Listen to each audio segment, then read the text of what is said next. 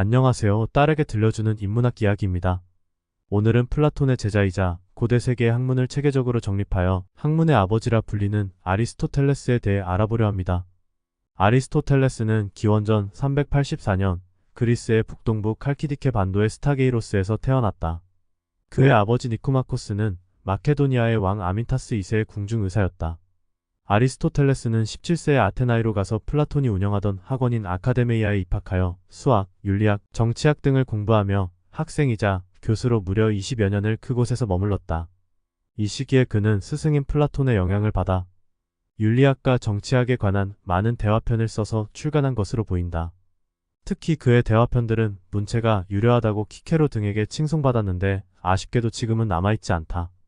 기원전 347년 플라톤이 세상을 떠나자 아리스토텔레스는 아카데메이아를 떠났는데 플라톤의 후임으로 원장에 선출되지 않은 것에 대한 실망 때문이라고도 하고 아카데메이아에서는 더 이상 배울 것이 없다고 보았기 때문이라고도 한다.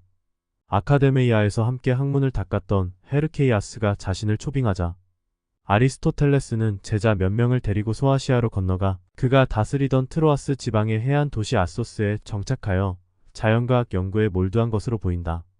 이때 아리스토텔레스는 헤르메이아스의 양녀 피티아스와 결혼하여 피티아스라는 이름의 딸을 두었다. 기원전 343년 친마케도이아파인 헤르메이아스가 페르시아인들에게 살해당하자 에게의 북동부의 레스보스 섬으로 옮겨가 자연과학 연구를 계속한 것으로 보인다. 그 뒤 고향으로 돌아온 아리스토텔레스는 기원전 342년 필리포스 2세의 13살 난 아들로 후일 페르시아 제국을 정복하고 대제국을 세운 알렉산드로스 대왕의 스승으로 초빙된다. 아리스토텔레스는 약 2년 동안 알렉산드로스를 가르쳤는데 무엇을 가르치고 어떤 영향을 주었는지는 확실치 않다. 그 뒤 4에서 5년 동안 그가 무엇을 했는지는 알 수 없다. 기원전 335년 13년 만에 아테나이에 돌아간 아리스토텔레스는 얼마 뒤 피티아스가 죽자 남은 생애 동안 노예인 헤르필리스와 살았다. 둘 사이에 아들이 태어나자 할아버지의 이름을 따서 니코마코스라고 불렀다. 아테나의 시민이 아니라 거류민이었던 아리스토텔레스는 부동산을 소유할 수 없었다. 그래서 당시 알렉산드로스의 위임을 받아 마케도니아와 그리스의 도시국가들을 통치하던 안티파트로스와 마케도니아를 지지하던 아테나의 부유층의 후원으로 세워진 학원에서 학생들을 가르쳤다. 아테나의 동쪽 근교 아폴론 리케이오스에게 바쳐진 원림에 있던 이 학원은 리케이온이라 불렸다. 아리스토텔레스의 제자들은 지붕으로 덮인 그곳 산책로를 거닐며 토론했다 하여 소유학파라고 불렸다. 두 번째 아테나의 체류기간은 아리스토텔레스에게는 가장 중요하고도 생산적인 시기로서 그의 제자 알렉산드로스가 동방세계를 정복하던 시기이기도 하다. 그러나 그의 젖을 어디에도 알렉산드로스의 정복에 대한 언급을 찾아볼 수 없다는 것이 그에 관한 수수께끼 중 하나이다. 이때 아리스토텔레스는 문학, 자연과학, 철학 등을 가르치고 연구하며 방대한 양의 필사본과 지도 등을 수집하여 고대에서는 처음으로 대규모 도서관과 자연사 박물관을 세울 수 있었는데 알렉산드로스의 도움이 컸다고 한다. 리케이온 학원에는 158개 국가의 정체, 정치체제에 관한 자료가 수집되어 있었다고 하는데 그중 아테나이인들의 정체만이 19세기 말 이집트에서 파피루스 형태로 발견되었다.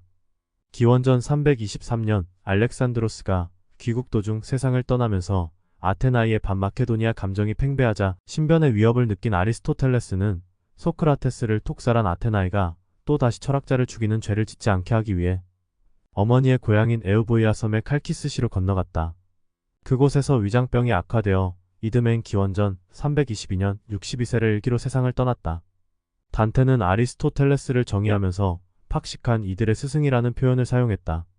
그가 세상을 떠난 지 1600여 년의 세월이 흐른 후의 표현이지만 최고의 철학자라는 아리스토텔레스의 명성이 얼마나 위대했고 또 얼마나 오랫동안 유지되어 왔는지를 그대로 보여준다.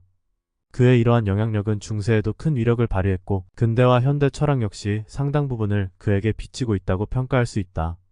실제로 오늘날 사용하는 상당히 많은 철학 용어들이 아리스토텔레스에게서 유래했고 그가 만든 용어들을 여전히 모두 함께 사용하고 있는 것이 현실이다.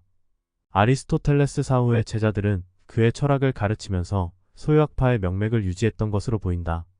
하지만 그의 철학은 뒤이어 등장한 후세대 스토아 학파의 철학자들에게는 특별한 영향력을 발휘하지 못했다.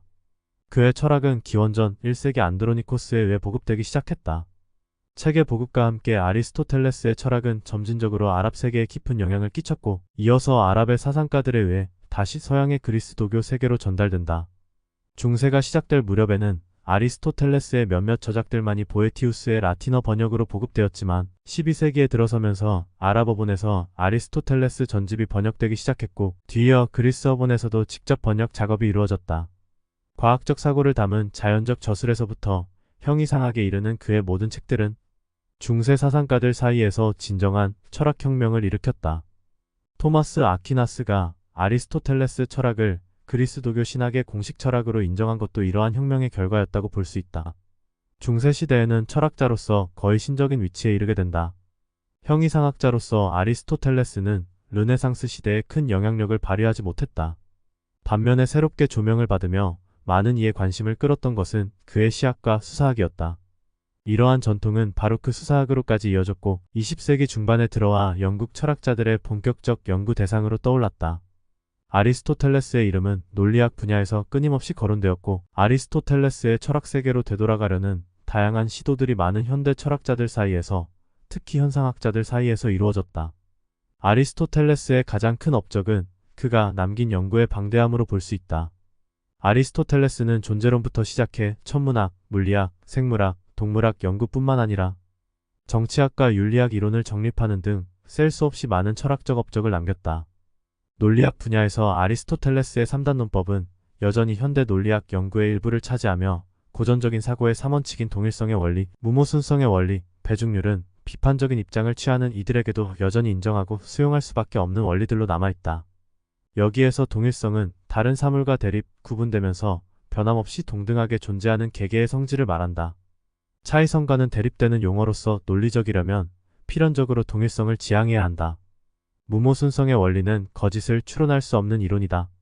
이러한 성질을 무모순성 또는 일관성이라고 한다. 무모순적 이론에서는 스스로와 그 부정을 모두 증명할 수 있는 문장이 존재하지 않는다. 그러나 긍정할 수도 부정할 수도 없는 문장은 존재할 수 있다. 귀류법은 어떤 문장이 성립하지 않는다고 가정하고 모순을 유도하여 가정이 틀렸음을 보인다. 배중률이란 논리학에서 어떤 명제에 대해서 P이거나 P가 아님이 성립한다고 주장하는 법칙이다. 그러나 논리체계에 따라 약간 다른 법칙으로 존재하는 경우도 있고, 경우에 따라서는 배중률이 전혀 성립하지 않는 경우도 있다.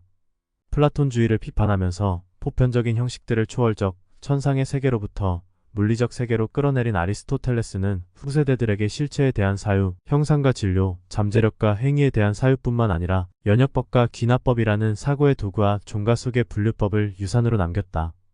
이러한 분류법은 다양한 각도에서 수정되었음에도 불구하고 여전히 현대 사상가들에게 많은 관심을 불러일으킨다.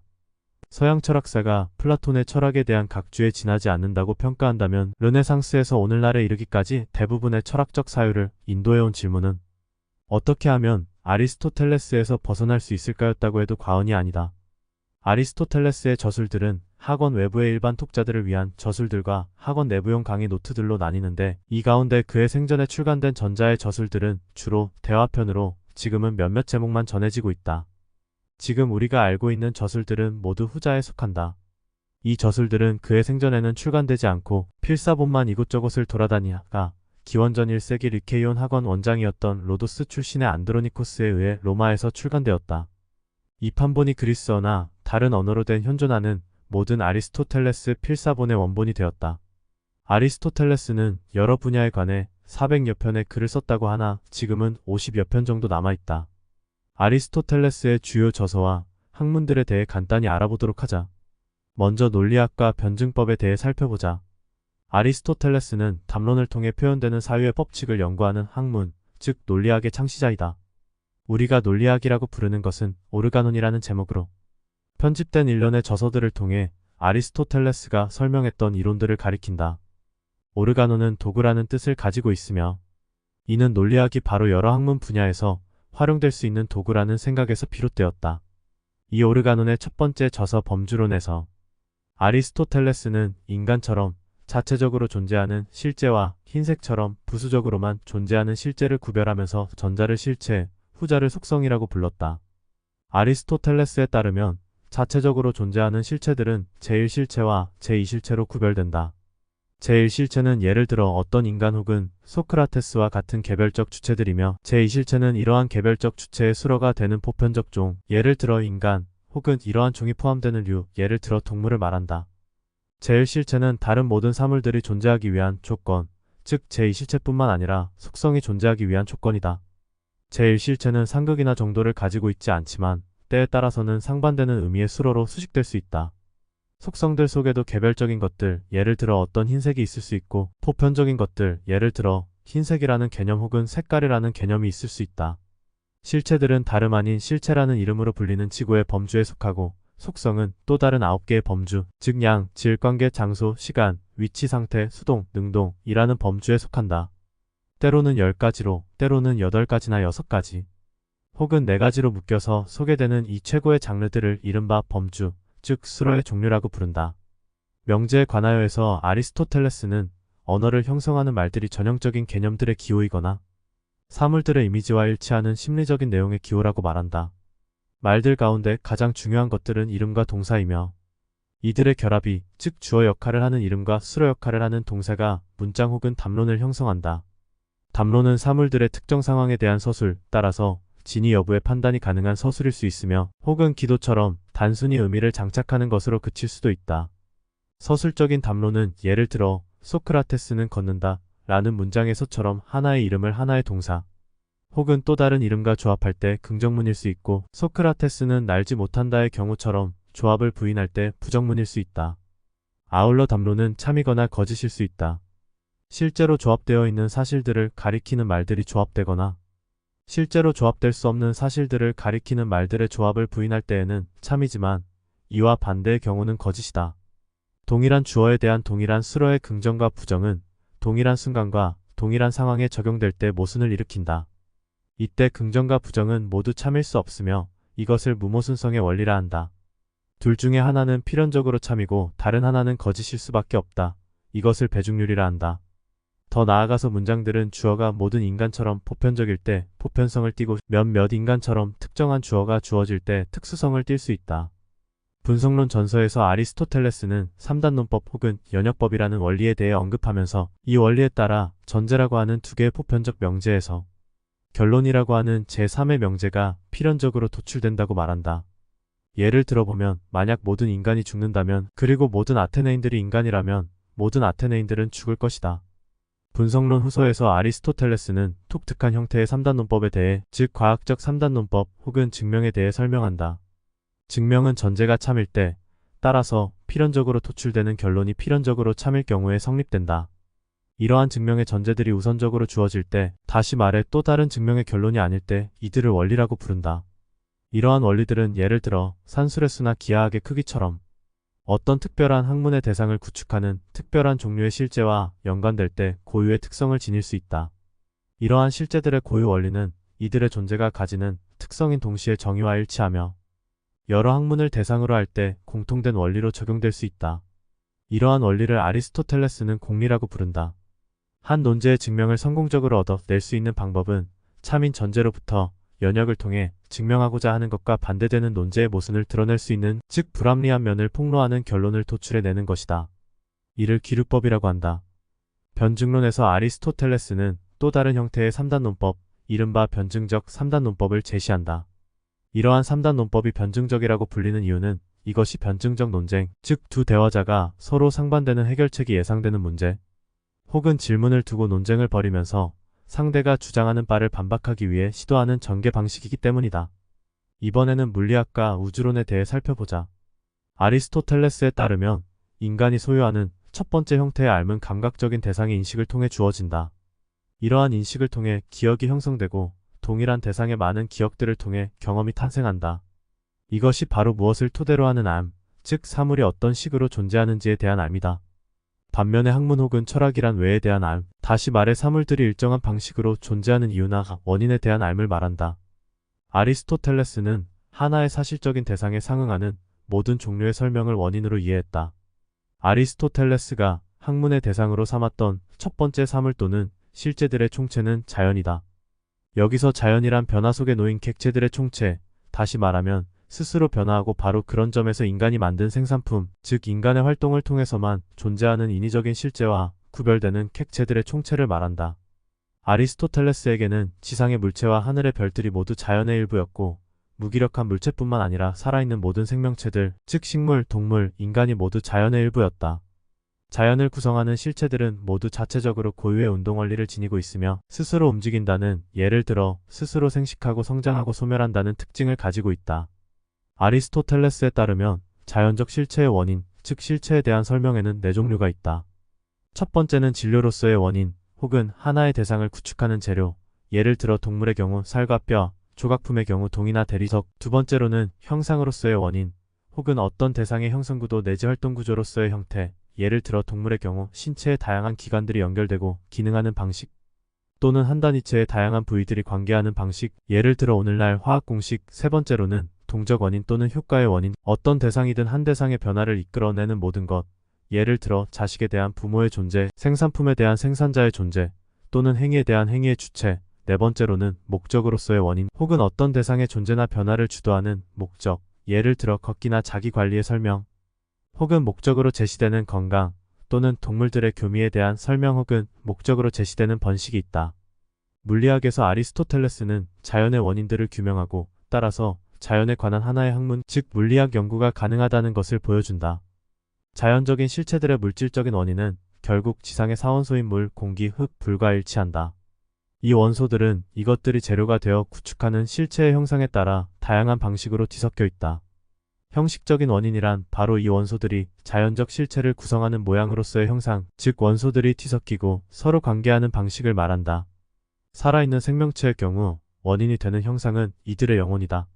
이 용어를 아리스토텔레스는 육체와 분리된 비물질적인 본질로 이해하지 않고 생명 유지를 가능하게 만드는 조직적인 구도, 즉 신체기관의 기능성과 활용 구도라는 측면에서 이해한다. 목적으로서의 원인은 영혼이 없는 실체들에게는 이들의 자연적 공간이며 영혼을 가진 실체들에게는 형상의 완전한 실현, 즉 동일한 종의 영역 안에서 이루어지는 한 생명체의 생장과 번식이다. 자연적인 실체의 즉각적인 동적 원인들은 이 실체를 지배하는 변화의 종류에 따라 여러 가지 양상으로 분류된다. 아리스토텔레스에 따르면 변화 양상에는 네 가지가 있다. 첫 번째는 영역의 변화 혹은 이동, 두 번째는 질의 변화 혹은 변질, 세 번째는 양의 변화 혹은 증가와 감소, 네 번째는 실체의 변화 혹은 생성과 소멸이다. 모든 변화는 어떤 토대, 즉 바탕이 되는 진료를 전제로 한다. 공간 이동이든 질이나 크기의 변화 혹은 새로운 실체의 생성에 따른 변화이든 간에 진료는 변화를 통해 형체가 없는 상태에서 형체를 갖춘 상태로 전이한다. 토대 혹은 진료가 아무런 형체 없이 존재하지만 형체를 갖출 수 있는 조건은 마련되어 있는 상황을 아리스토텔레스는 잠재력이라고 부른다. 반면에 재료가 이미 형체를 취한 상황에 이르면 활동이다. 따라서 변화는 동시에 실행으로, 즉 잠재력이 활동으로 전이하는 과정으로 정의될 수 있다. 예를 들어 밭에 씨앗을 뿌리고 물을 주었을 때 씨앗은 잠재력을 가진 식물이지만 이미 다 자란 다음에는 활동 속에 있는 식물이다. 우주론에서는 우주의 구조가 묘사된다. 이전의 철학자들이 생각했던 것과 마찬가지로 아리스토텔레스는 우주가 하늘과 땅으로 이루어져 있다고 보았다. 여기서 땅은 원소로서의 흙이 아니라 지상에 존재하는 모든 물체들의 총체를 가리키며 천구의 형태를 가졌지만 움직이지 않고 우주의 한가운데 위치한다. 하늘 역시 천구의 형상을 하고 있으며 땅과 행성과 천체, 즉 태양과 별들을 품고 있다. 땅이 전통적인 사원소, 물, 공기, 흙, 불로 구성된 지상의 모든 물체들을 포함하는 반면 하늘은 천상의 모든 물체들을 포함한다.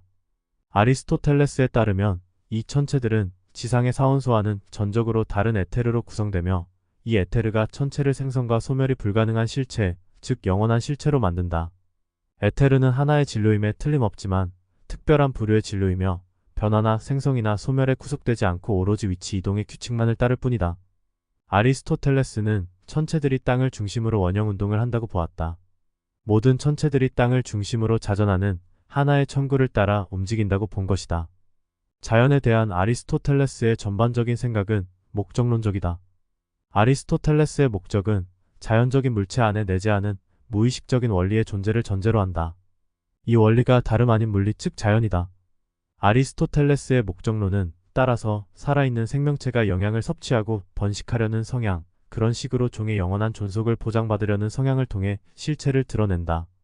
하지만 예술을 통해 표현되는 목적은 의식적이다. 아리스토텔레스는 예술이 자연의 모방이거나 자연에 대한 일종의 도움이라고 보았다. 예술가에게는 사실 그가 머릿속으로 그려본 형상을 진료를 통해 현실화하는 것이 목적이다. 심리학과 동물학에 대한 내용을 살펴보도록 하자. 아리스토텔레스가 자연을 탐구하면서 가장 많은 관심을 기울였던 대상은 식물과 동물, 그리고 인간이다. 이 생명체들이 공통적으로 가지고 있는 영혼을 탐구하는 학문, 즉 아리스토텔레스가 영혼의 관하여를 통해 설명했고, 우리가 심리학이라고 부르는 학문은 사실상 물리학의 일부였다. 아리스토텔레스에게 영혼은 살아있는 신체와 분리된 현실이 아니라 신체 고유의 생존 능력 자체를, 즉 생명체로 살아가는 존재의 형태를 의미했다. 아리스토텔레스는 영혼이 생존 능력을 가진 유기적인 존재의 제1행이라고 보았다. 다시 말해서 그러한 능력을 소유하고 있다는 사실의 실질적인 효과 혹은 죽은 사물과 대별되는 살아있는 행위로 보았던 것이다. 아리스토텔레스에 따르면 삶은 여러 단계의 활동들, 즉 이른바 제2행위로 불리는 활동들을 통해 실현된다. 이러한 활동은 식물들의 경우 양분 섭취와 생장이며, 동물들의 경우 여기에 운동과 감각이 포함되고, 인간의 경우 사고활동 및 이와 관련된 여러 활동들이 아울러 포함된다. 세상에는 세 종류의 영혼, 즉 생장적인 영혼, 감각적인 영혼, 지적인 영혼이 존재한다. 하지만 우월한 영혼은 열등한 영혼을 항상 잠재적으로 보유한다. 즉 식물, 동물, 인간은 각각 하나만의 영혼을 소유하지만 식물은 생장적인 영혼을, 동물은 생장 기능을 포함하는 감각적인 영혼을, 인간은 생장 기능과 감각 기능을 포함하는 지적인 영혼을 가지고 있다. 동물과 인간에게 가능한 최초의 지식 형태는 시각 혹은 감각적인 알미다. 이 알은 감각기관의 고유한 감지 능력과 감각적인 대상 고유에 감지될 수 있는 가능성이 동시에 실행되면서 주어진다. 이를 현실화하는 것은 이미 실행되고 있는 어떤 원인, 예를 들어 눈에 비춰지는 빛이나 귀에 들리는 진동소리와 같은 것들이다. 지각을 통해 상상력을 토대로 이미지가 만들어지고, 이 이미지는 기억 속의 하나의 잔상으로 보존된다. 인간의 지성은 이 이미지 혹은 기억으로부터 대상을 정의하고 개념을 형성하면서 그것의 지적 형상을 추출해낸다. 그런 식으로 지적인 영혼은 모든 지적 형상을 위한 공간, 즉 모든 개념의 그릇이 된다. 대상의 형상을 인식하는 단계, 즉 지적인 알문 지성 고유에 따라서 잠재적이고 수동적인 특성을 지닌 이의 능력과 형상 고유에 이해될 수 있는 가능성이 동시에 실행되면서 주어진다.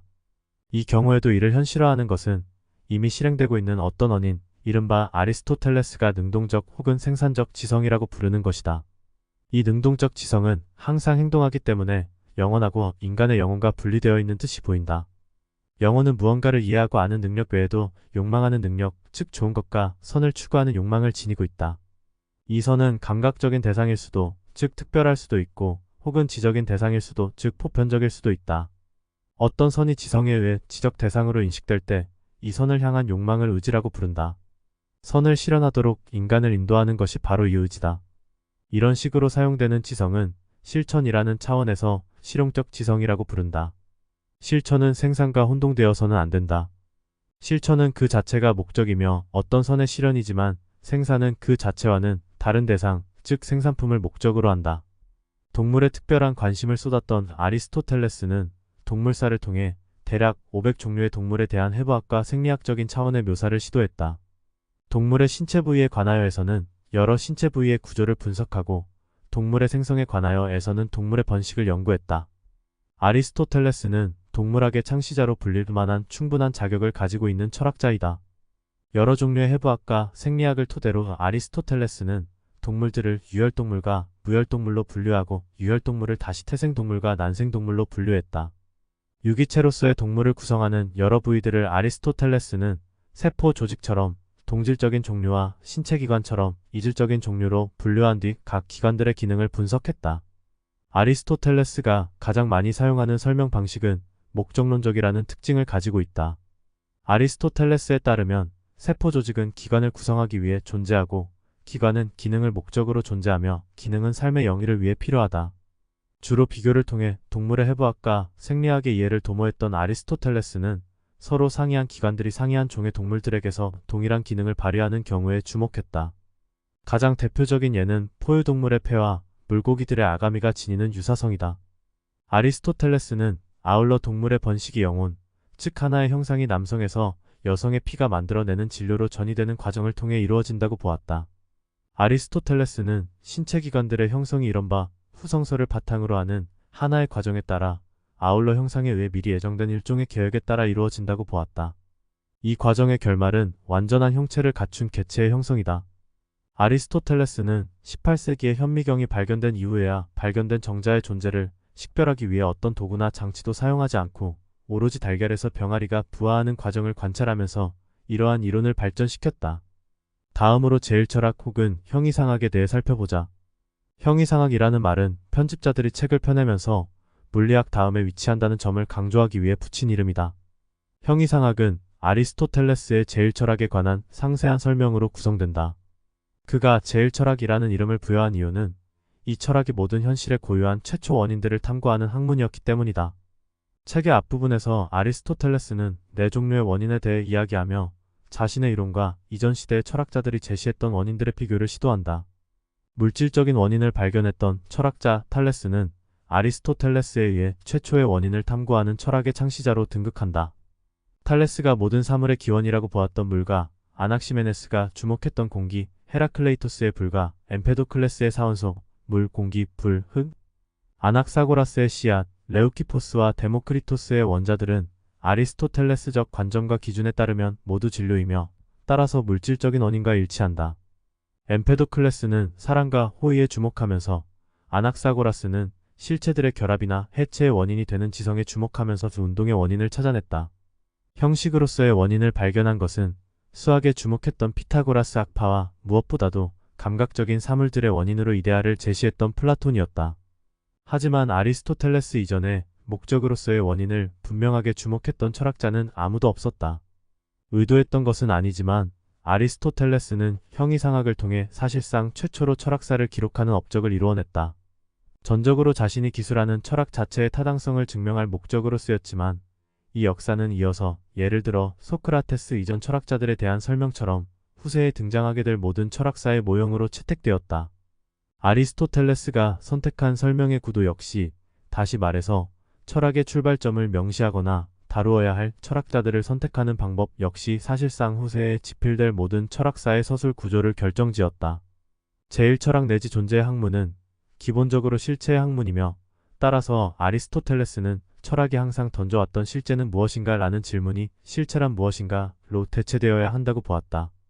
아리스토텔레스는 형이상학을 통해서 철학의 역사와 존재와 실체의 원인과 본질에 대해 깊이 탐구하고 있다.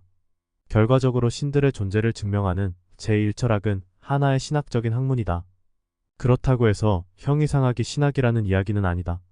최초로 등장하는 부동의 동자란 최초의 하늘을 움직이는 동자이며 신에게 어울릴 만한 최상의 것을 생각해야 하지만 동시에 자신보다 우월한 무언가를 생각하는 것이 불가능하기 때문에 결국 자신 밖에는 생각하지 못하는 사유의 사유라고 할 수 있다. 그는 군대를 움직이는 장군처럼 나라를 다스리는 왕처럼 목적으로서의 원인이 아니라 효과로서의 원인으로 온 우주를 움직이는 치구한 선이기도 하다. 그는 스스로를 생각하며 모든 것의 원인을 사유하고 따라서 어떤 의미에서는 모든 것에 대한 암과 모든 철학자들이 갈망하는 제1철학을 최상의 방식으로 소유하는 존재이다. 다음으로 윤리학과 정치학에 대해 살펴보자.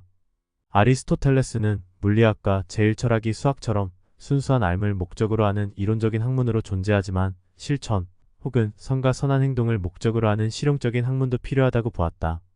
한 개인의 선이 공동선의 일부를 차지하는 만큼 삶의 이론적인 면과 실천적인 면 모두를 포함하는 실용적인 학문 혹은 철학을 정치학이라 부르며 이는 개인적인 선을 다루는 윤리학 저서들과 가족이나 사회 공동체의 선을 다루는 정치학이 포함된다. 아리스토텔레스에게 지구의 선은 개인적인 것이든 공동체의 것이든 행복을 의미하고 행복은 인간이 가진 고유의 능력, 즉 기량을 얼마나 훌륭하게 갈고 닦느냐에 달려있다. 인간은 이성뿐만 아니라 또 다른 기량들을 가지고 있다. 사람이 기량을 발휘하는 일에 적절한 방식으로 적용하면 다름 아닌 이 기량들이 이어서 사람의 성격을 형성한다. 인간의 기량은 따라서 품성적인 차원의 기량과 이성적인 차원의 기량으로 나뉜다. 품성적인 차원의 기량은 상이한 악습들 사이에서 이성의 힘으로 중용을 발견할 때 발휘된다. 이 기량은 예를 들어 비겁함과 두려움 사이에서 용기를, 무절제와 무감각 사이에서 절제력을, 욕심과 낭비 사이에서 관용을 발견하는 일이다. 품성적인 차원의 기량 가운데 특별히 중요한 것은 정의감이다. 영예 혹은 권력의 분배가 이루어질 때 중용, 즉 정의는 영예와 업적의 적절한 비율을 찾는 데 있고 선과 악의 재분배가 이루어질 때에는 동등한 대가를 치르게 하는 데 있다. 이성적인 차원의 기량은 학문적인 즉 이론적인 기량 혹은 지혜를 말한다. 지혜는 그 자체로 지성, 즉 원리들에 대한 암과 과학, 즉 원리들을 토대로 증명에 도달할 수 있는 능력을 모두 포함할 뿐만 아니라 샘의 밝은 실용적 이성의 현명함과 나라와 가족과 스스로를 위해 유익한 방도를 찾아낼 줄 아는 신중함까지 보유한다. 현명함은 유익함을 창출해내는 기술보다 우월하다. 이는 행위가 생산보다 우월하기 때문이다. 생산의 궁극적인 목적은 생산 자체가 아닌 생산품이다. 현명함은 지혜보다 열등하다. 지혜는 인간의 가장 고차원적인 기량이다. 지혜에 도달하기 위해 어떤 행동을 해야 하는지 혹은 하지 말아야 하는지를 예측하는 것이 현명함이다. 아리스토텔레스는 행복에 쾌락이 포함된다고 보았다. 최고의 선은 아니지만 쾌락은 행복의 쟁취에, 즉 훈련을 통한 완벽한 기량의 성취에 뒤따르는 일종의 선물이었다. 우정 역시 행복에 포함되었다. 기량이 뛰어난 사람들 사이에서 우정은 그 자체로 하나의 덕목이었다. 아리스토텔레스는 행복이 본질적으로는 이론적인 사고활동을 통한 삶, 즉 암과 지혜를 목적으로 평생을 탐구활동에 전념하는 삶에 달렸다고 보았다. 이러한 종류의 삶은 사실상 자족적이며 신들이 영위하는 삶과 유사했다. 아리스토텔레스는 도시가 하나의 완벽한 사회라고 보았다. 도시는 자족적이면서 가족의 경우처럼 단순한 삶을 목적으로 하지 않고 유익한 삶, 즉 행복을 추구하기 때문이다. 도시는 남편과 아내, 부모와 자식, 주인과 노예로 구성된 자연적인 사회 가족을 포함한다. 도시 역시 하나의 자연적인 사회라고 할 수 있다. 왜냐하면 인간은 본성적으로 정치적 동물, 즉 도시에서 살아가도록 만들어진 존재이기 때문이다. 인간이 이러한 정치적인 본성을 가지고 있다는 사실을 증명해주는 것이 말이다. 말이 있기 때문에 인간은 유용한 것들, 옳은 것들에 대한 논쟁을 펼칠 수 있다. 인간의 본성은 탄생의 조건이 아니라 그의 목적인 삶의 완성, 즉 행복과 직접적으로 연관된다. 따라서 인간은 오로지 폴리스 내부에서만 자신의 행복을 실현할 수 있다는 것이 아리스토텔레스의 생각이었다. 삶을 위한 기본적인 조건은 가족 단위를 토대로 형성되었고 이러한 조건에는 노예들이 포함되어 있었다. 노예제도 외에 생존에 필요한 또 하나의 조건은 부의 축적이었다. 아리스토텔레스는 부의 축적을 두 가지 형태로 구분했다. 하나는 자연스러운 방식, 따라서 긍정적이며 꼭 필요한 만큼만의 부를 축적하는 것으로 그치는 형태이고 다른 하나는 부자연스럽고 부정적인 방식, 즉 부의 무한한 축적을 목적으로 하며 그런 식으로 도구로 머물러야 하는 것을 목적으로 탈바꿈하는 형태다. 폴리스의 행복을 실현하기 위한 조건은 훌륭한 국가체제, 즉 효율적인 법률체제 혹은 정부 기능의 올바른 분배였다. 실제로 아리스토텔레스는 여러 가지 국가체제 가운데 다수 정당에 의한 통치체제를 가장 선호했다. 수사학과 시학에 대해 살펴보자. 아리스토텔레스가 말년에 쓴 수사학과 시학은 설득력 있는 담론을 만드는 기술과 시를 짓는 기술을 설명하기 위해 집필되었다. 수사학은 설득을 위한 도구를 찾아내고 사용하는 법을 기술적인 차원에서, 즉 논쟁의 차원에서 가리킨다. 따라서 수사학은 논쟁 기술 일반을 가리키는 변증론을 그대로 반영하며 모든 것을 논쟁 대상으로 삼아 상반된 관점에서 다룬다는 공통점을 가지고 있지만 변증론과 달리 판단만 할 뿐 아무런 의견도 표명하지 않는 청중을 대상으로 한다는 차이점을 가지고 있다. 아리스토텔레스는 수사학적 논리를 세 종류로 구분한다. 심의기관을 상대로 중요한 결정에 찬성하거나 반대하도록 의견을 도출해내는 논리가 있고 법정에서 피고인의 유죄를 주장하거나 그를 변호하는 법적 논리와 특정 인물을 공개적으로 칭찬하거나 헐뜯는 것을 목적으로 하는 증명의 논리가 있다. 수사학은 설득력의 여부를 결정짓는 요인들, 즉 믿을 만한 이야기를 해야 하는 변론자의 성격과 청중의 판단을 일정한 방향으로 이끄는 이들의 열정에 주목하는 법을 가르친다. 그런 이유에서 아리스토텔레스는 수사학이 다름 아닌 성격과 열정을 다루는 정치학 계열의 학문이라고 보았다. 결과적으로 수사학에서 중요한 것은 설득력 있는 표현, 즉 말하는 방식과 변론자의 스타일이다. 아리스토텔레스에게 시는 곧 미메시스였고 미메시스는 수동적인 모방이 아니라 허구적인 사연을 마치 사실인 것처럼 표현하는 기술을 의미했다. 시는 서사시나 비극의 경우처럼 고귀한 인물들을 주인공으로 택하거나 희극의 경우처럼 우스꽝스러운 인물들을 주인공으로 선택할 수 있다. 서사시와 비극의 차이는 서사시가 하나의 이야기를 다루는 반면에 비극은 희극과 마찬가지로 이야기를 극적으로 표현한다는 데 있다. 시학에서 아리스토텔레스가 제시한 유명한 정의에 따르면 비극이란 위대하다고 볼 수 있는 진지하고 완결된 행동의 모방으로 연민과 두려움이라는 감정을 통해 아울러 이러한 감정들의 카타르시스를 통해 서사적인 방식이 아니라 극적인 방식으로 완성에 도달하는 모방 예술이다. 이 정의를 통해 유명해진 것은 정화 즉 카타르시스라는 개념이다. 카타르시스의 본질은 연민이나 공포와 같은 감정들이 현실 세계의 고통스러운 측면들을 해소시키고 이를 즐길 만한 것으로 만드는 데 있다. 이러한 종류의 즐거움을 아리스토텔레스는 삶의 즐거움, 즉 이러한 감정들을 이해하는 즐거움이라고 보았다. 또한 노래가 불러일으키는 카타르시스는 청년들에게 훌륭한 품성을 선사하는 반면 비극이 불러일으키는 카타르시스는 성인들에게 이성적인 기량, 즉 지혜를 선사한다. 카타르시스가 비극의 목적이라면 비극의 가장 중요한 요소는 그 대상 곧 신화이다. 이 신화는 필연적으로 혹은 사실에 가까운 요인으로 인해 항상 혹은 대부분의 경우 일어날 수밖에 없는 사건들을 내용으로 한다. 아리스토텔레스가 철학보다 훨씬 더 철학적인 것이 시라고 한 것도 바로 그런 이유에서였다. 이상으로 아리스토텔레스의 저술 및 학문에 대해 간략하게 살펴보았다. 하지만 그 내용이 어렵고 난해하여 자세히 살피기 어려운 부분이 많다.